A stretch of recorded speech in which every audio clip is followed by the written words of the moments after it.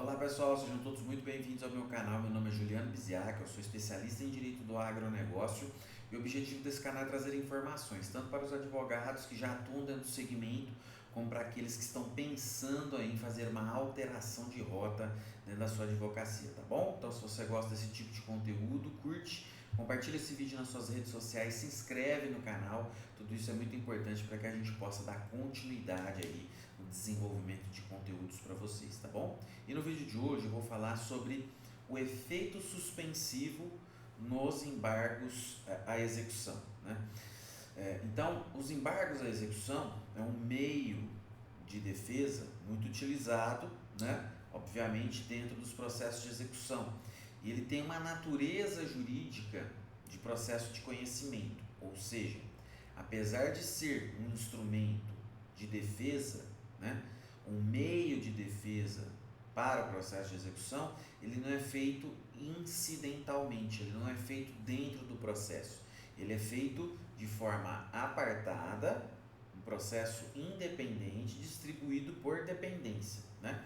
Então nós temos um processo autônomo, na verdade, que é distribuído por dependência ao processo de execução, que seria o principal, mas ele tem todas as características de uma ação de conhecimento. Então ele tem petição inicial, tem valor da causa, tem necessidade de recolhimento de custas, esta ação está sujeita ao ônus da sucumbência.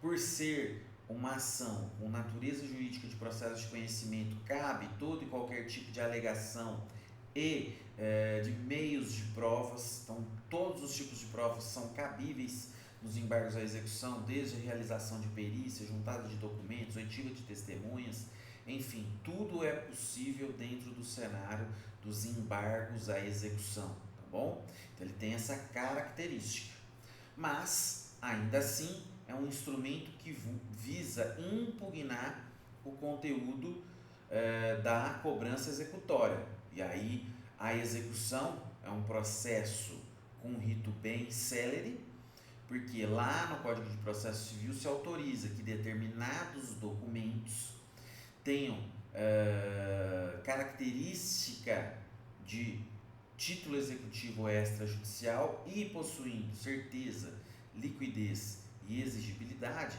podem ser cobrados por um rito mais célere, sem a necessidade que o juiz estabeleça a sua validade ou não. O simples fato dele se encaixar no rol dos títulos executivos extrajudiciais e possuírem certeza, liquidez e exigibilidade, eles já podem ser cobrados diretamente no Poder Judiciário e, em caso de não pagamento em 3 dias, já há a incidência dos atos de expropriação, como penhoras e etc, né? Então, a lei estabelece essa agilidade para os procedimentos de execução, tá?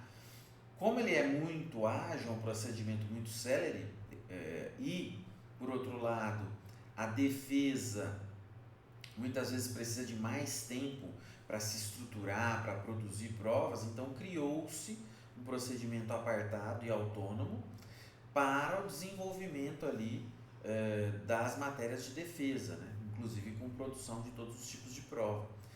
Como aquele título não foi formado sobre o viés do contraditório da ampla defesa, essa oportunidade é dada a partir do momento em que se tem início o processo de embargos à execução. E aí sim, sobre o prisma do contraditório da ampla defesa, vai se avaliar se aquele título permanece com essas características ou não, ou se alguma outra situação será avaliada, tá bom? E aí, uma coisa muito importante é a atribuição de efeito suspensivo aos embargos à execução, né? Que não é automático, ele precisa de demonstrar alguns requisitos, né? E quais seriam os requisitos exigidos lá pelo artigo 919, né?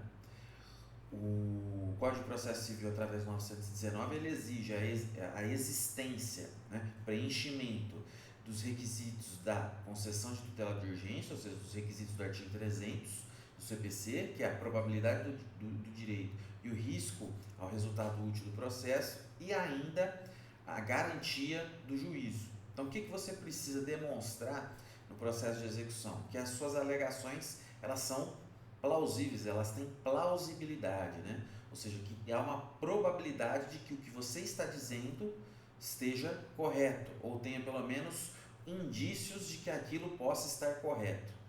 Segundo ponto, demonstrar a existência de um risco ao resultado do processo, ou seja, a demora na concessão do provimento jurisdicional poderá causar um prejuízo. No caso da execução, é a perda de patrimônio, ou muitas vezes o bloqueio de bens, que pode impossibilitar a execução da atividade por parte do produtor e assim por diante. Então, essas são circunstâncias que podem ser alegadas e que, em conjunto, preenchem os requisitos da concessão de tutela de urgência previstos no artigo 300. Mas também tem que estar presente um outro requisito, um terceiro requisito, que é a garantia do juízo. Muitas vezes, o produtor no processo de execução ele não tem condições de garantir o juízo, por exemplo, com a caução financeira. Como que ele faz isso? Ele faz isso através da garantia que é dada no próprio título executivo. Tá? Então, na maioria dos casos, os títulos executivos têm garantia ignoratícia ou hipotecária. Existindo essas garantias, é o momento de você indicá-las no pedido de atribuição de efeito suspensivo e demonstrar que aquele processo, né, aquela execução, ela está garantida pelas garantias que já foram prestadas, que já foram impostas dentro da cédula de crédito rural, sejam elas ignoratícias, por exemplo, penhor rural, penhor pecuário, né, e assim por diante, ou ainda a hipoteca de imóvel rural, né, ou mesmo de imóvel urbano, enfim, o que tiver sido prestado como garantia dentro da operação. Demonstrados esses elementos e demonstrada a existência das garantias lá na cédula de crédito, há uma grande probabilidade de que seu pedido de atribuição de efeito suspensivo seja acolhido, né?